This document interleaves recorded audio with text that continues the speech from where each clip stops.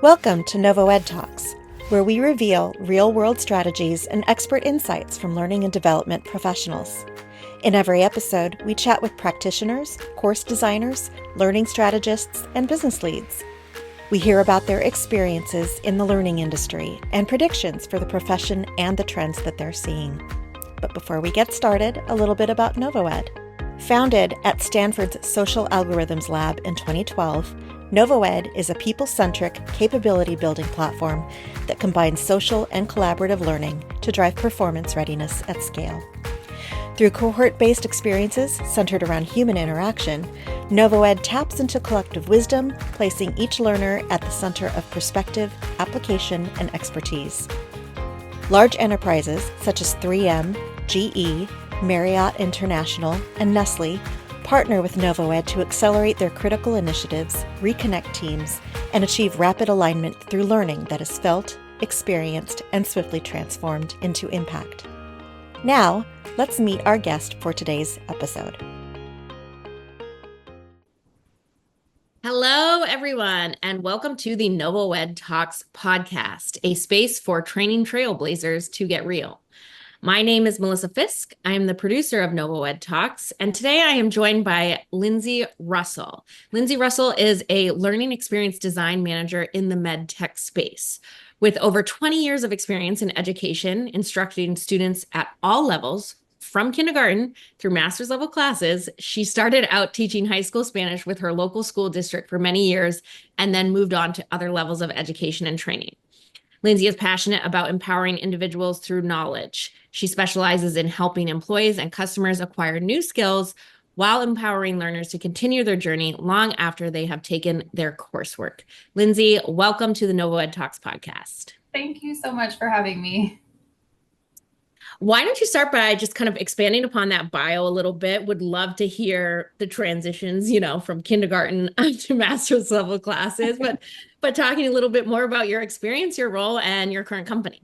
Yeah, awesome. Yeah, so my journey definitely started a long time ago, or not that long. I'm not going to tell my age, but have been in education for a long time. And yeah, I started as a classroom teacher, teaching high school Spanish, and also branched into student council.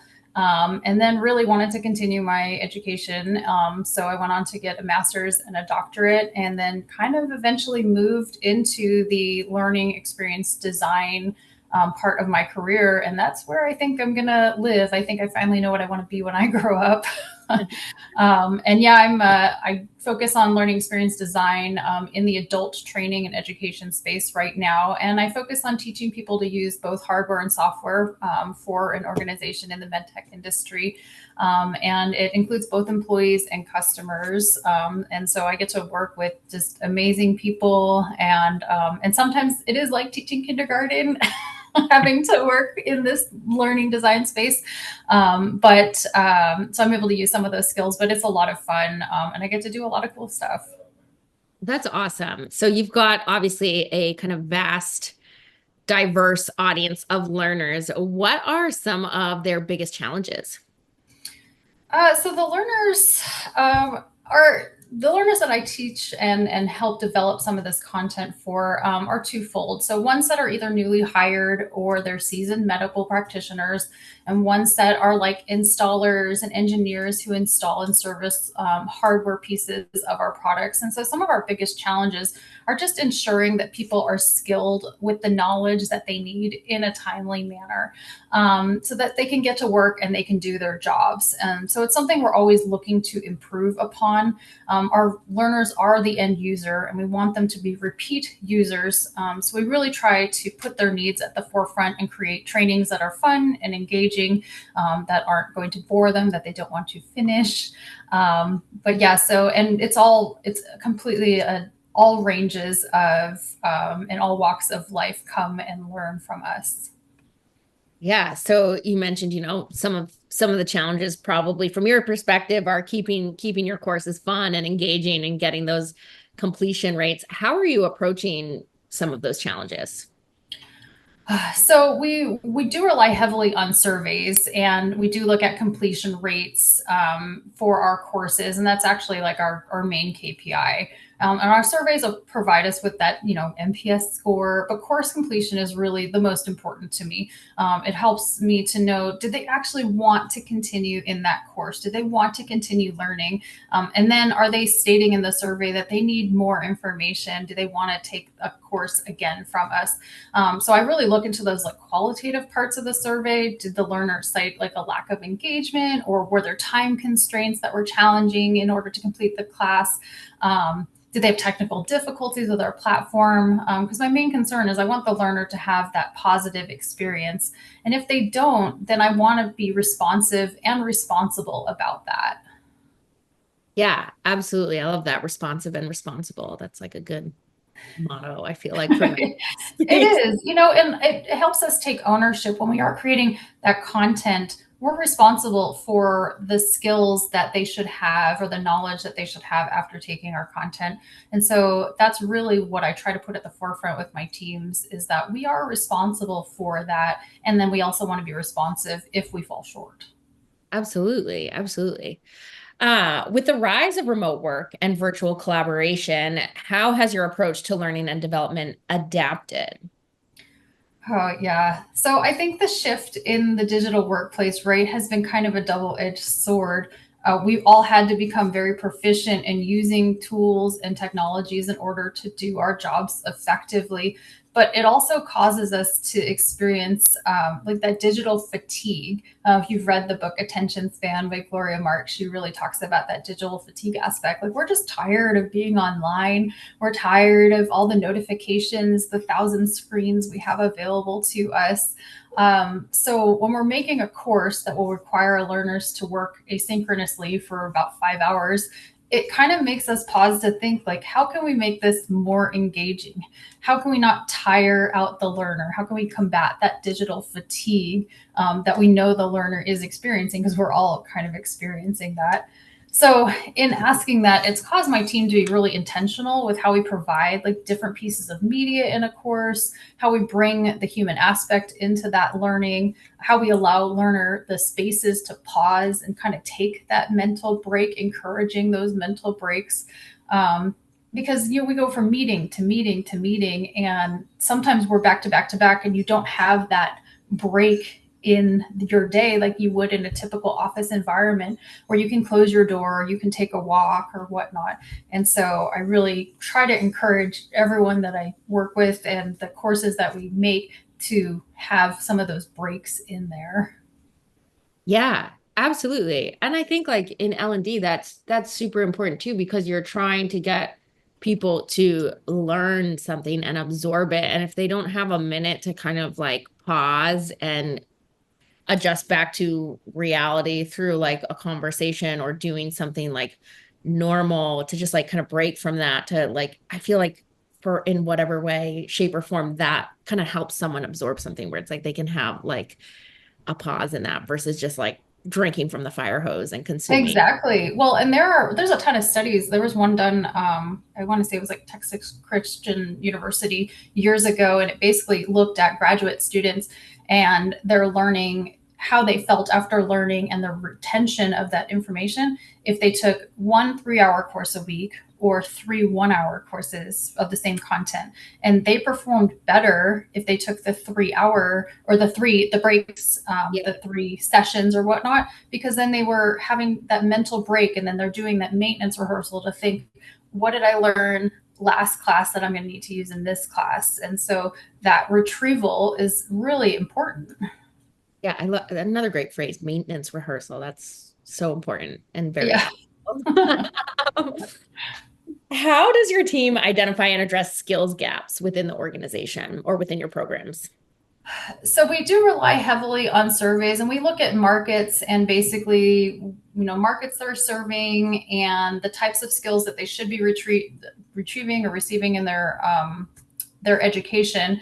And then we try to tailor the education to meet the needs of the learners. So we do look to change small areas at first, and we usually gain feedback on those. We'll pilot something, gain feedback, and then if we see that the change resulted in positive results, then we'll roll that out to a larger audience and kind of start to scale that. But we rely very heavily on surveys. And I do know there's that survey fatigue. Everyone, when we all get the surveys, and are we going to answer them? Maybe. So I try to keep them short. But we do rely on surveys for that. Yeah, absolutely. I think everyone kind of needs to use that in some way, shape, or form to get some understanding or some kind of like pulse on to go from there. Like you can expand upon that, sure, but like you got to have kind of a start with that. Exactly. So obviously, if we're talking about measuring the effectiveness of your programs, utilizing surveys, you mentioned like course completion rate as like a core KPI. Do you have any others, core KPIs that you're like monitoring? The biggest one really is that course completion rate. And we do look to increase enrollment in our courses and whatnot. But yeah, it's that course completion rate. Are they finishing the whole course itself? Are they watching through the entirety of each video? Are they completing their quizzes? Those types of activities when they're in the course. And our platform is nice because we are able to see at least their overall completion. I would love to get to a space where we're able to look at actual video completion, that they didn't just scrub through a video to move to the next section and whatnot. And we have put in certain gates to discourage that, to make sure that they have the skills that they need before they finish the course. Sure. Do you have an example of a successful case study or L&D initiative that significantly impacted employee performance that you could say, hey, yes, this L&D initiative contributed to the overall success of the organization? Absolutely. So yeah, like the pandemic, right, forced everyone and everything to be online. And that, I think, in turn started to mean content could potentially be asynchronous. We kind of fell into this trap of, oh, we're already making it for online. How do we adapt that so that we can even take the instructor out of it and create more content in different areas? Because we began to see that flexibility and the accessibility. But we did that for certain global regions. We started to see very poor completion rates and a lot of complaints about that modality. They wanted that human aspect. They wanted those touch points. So a team got together and we brainstormed, how can we fix this? How can we make it better? And we decided to switch that specific course. It was actually a series of courses, to a cohort model. So the students, they would have that asynchronous piece, some of that pre-learning, but then they would come together for some real-time sessions and collaborations. And it really significantly changed the impact of that course. And we found learners to be more prepared and more engaged when they were in the live synchronous sessions. And then our surveys showed that they really enjoyed being able to connect with other students that were going through the same content at the same time. Yeah, absolutely. I think that's so powerful. Obviously, we're big on that here at NovoEd. But cohort learning is just like proven again and again that it's more effective. Yeah. You've mentioned a bunch of different kind of, aspects of your program for measuring core KPIs, surveys, things like that, watching videos. What role does technology play in your programs? And are there like specific tools or platforms that you think are really enhancing your programs and your experiences? Oh, definitely. We're constantly looking to see how we can use technology in innovative ways. I hope everyone you interview can attest to that.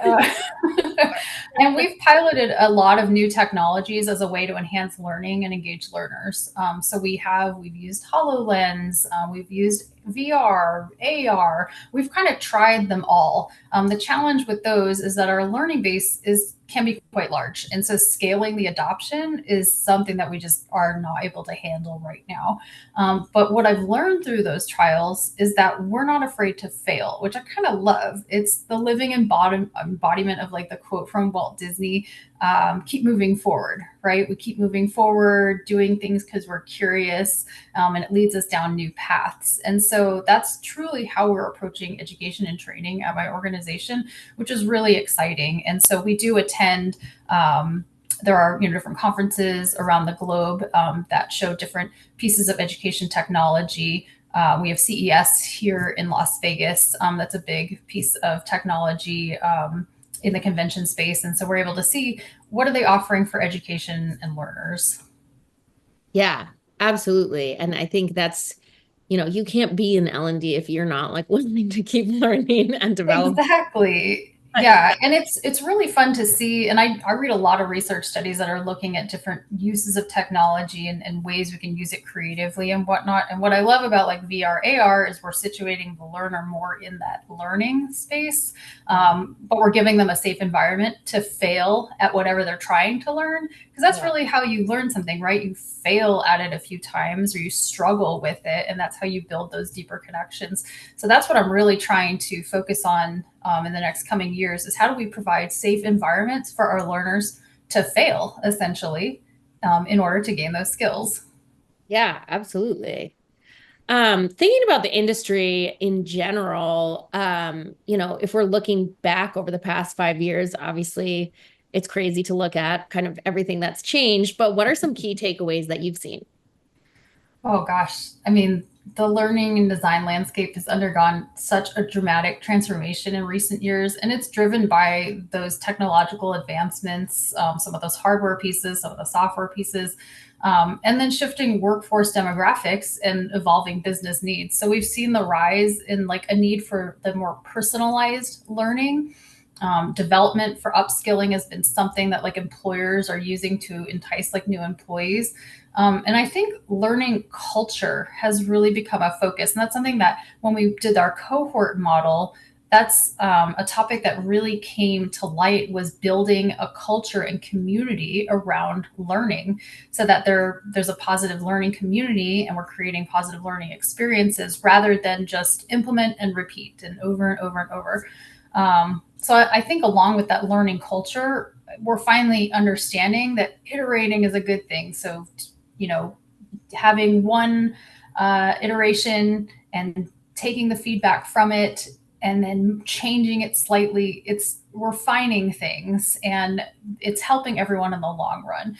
So I think that's been like a really positive piece of the last 5 years is that iteration piece.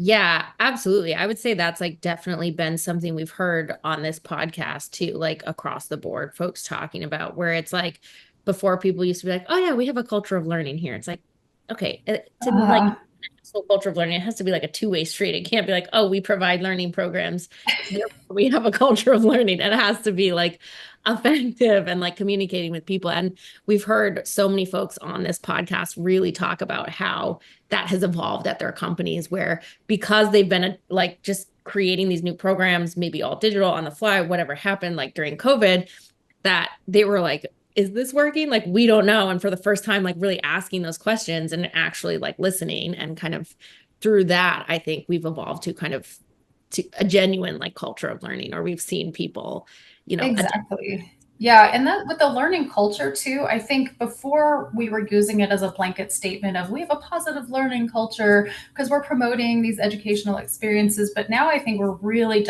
diving into it and we're saying no, we're actually creating culture.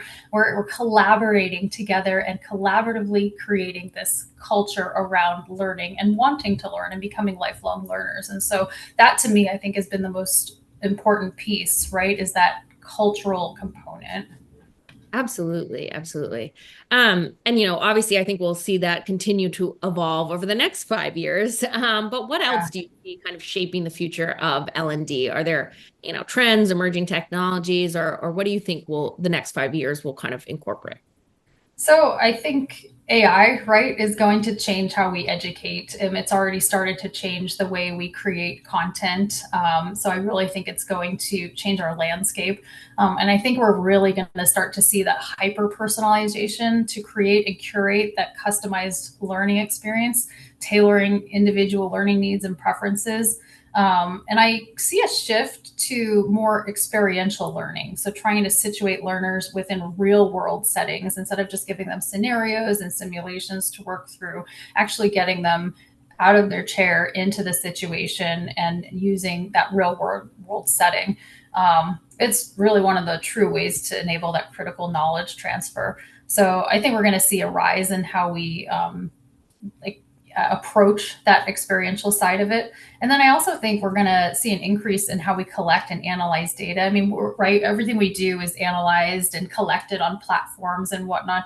But I think we're really going to start with AI, start seeing those different pieces and aspects of the data of how our learners behave and how they are obtaining their information to help trend that learner behavior and the content efficacy. Sure, absolutely. It's like a way to kind of categorize it. Like AI will be a way to help like categorize. Exactly. And I know that one of the issues is that we're seeing is educators are worried, oh, AI is going to take over my job. I'm not going to be able to teach. It'll be a robot in front of a classroom or on a screen. We'll have a synthetic person or something. But I do think it's a way to help enhance what we do and make it better. At least I Yeah. hope. Yeah. No, absolutely. Absolutely. As kind of a fun send off, what advice would you give to those just stepping into a leadership role? So I would say to always put people before projects. People are so important and they need to be made to feel that their needs are important, and work on building relationships with your team members to understand their strengths, their weaknesses, their aspirations. Along with that, I'd advise to have clear expectations and encourage people to ask questions. So I'm a Girl Scout troop leader, and we always try to instill in the girls to leave places better than how we found them. And I put that, transfer that to people as well. Leave people better than how you found them. So I use that same motto in my work, in my personal life, and I encourage others to do that as well. I love that. What a great, obviously it's foundational in an organization. Like you mentioned, the Girl Scouts that's been Yes. around, but that's awesome. And I think definitely can translate over to the workplace. Lindsay, thank you so much for joining us today. It's been a pleasure having you on the NovoEdTalks podcast. Absolutely. Thank you so much for having me. It was a lot of fun. Awesome. And thank you to our listeners for tuning in once again.